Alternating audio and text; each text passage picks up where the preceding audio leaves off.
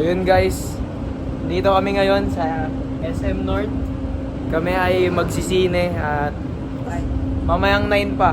At ano pa lang ngayon, magpa 5 pa lang. May 4 hours pa kaming inaantay, kaya ngayon kakain muna kami. It's a wonderful day.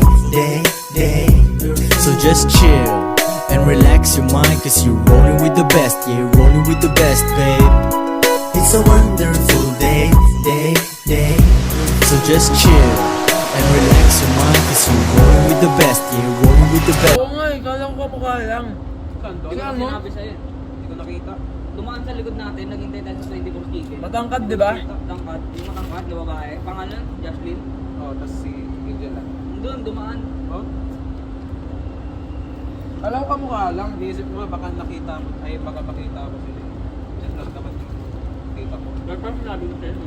Ha? Ba't parang sinabi ko sa'yo? Nakita ko din kamukha, kala ko kamukha lang. Hindi nga ako nakita. Hindi ko nakatalikod siya. Hindi ko iniisip na sila yun eh. Nakalimutan ko meron nga pala rin silang ano dito. Nandito sila ngayon. Naalala ko may kinita si Kuya Sean na ano. Naalala mo pa yun niya? Dito SM North may kinita siya na tropa niya. Wala na yun, Sean. Ha? Wala na yun. Patrabaho na. Guys, nag-aayos na. Pack up. Malapit na mag 9. No oras na. 7:55. Sabi na kami dito. Meron ako pabango dyan.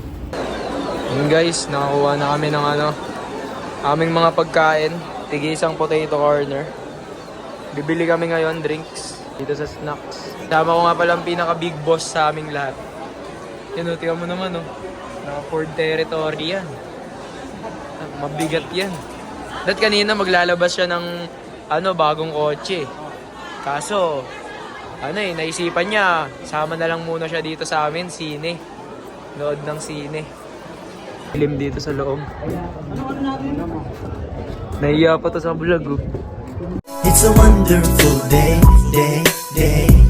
So just chill and relax your mind, cause you're rolling with the best. Yeah, you're rolling with the best, babe.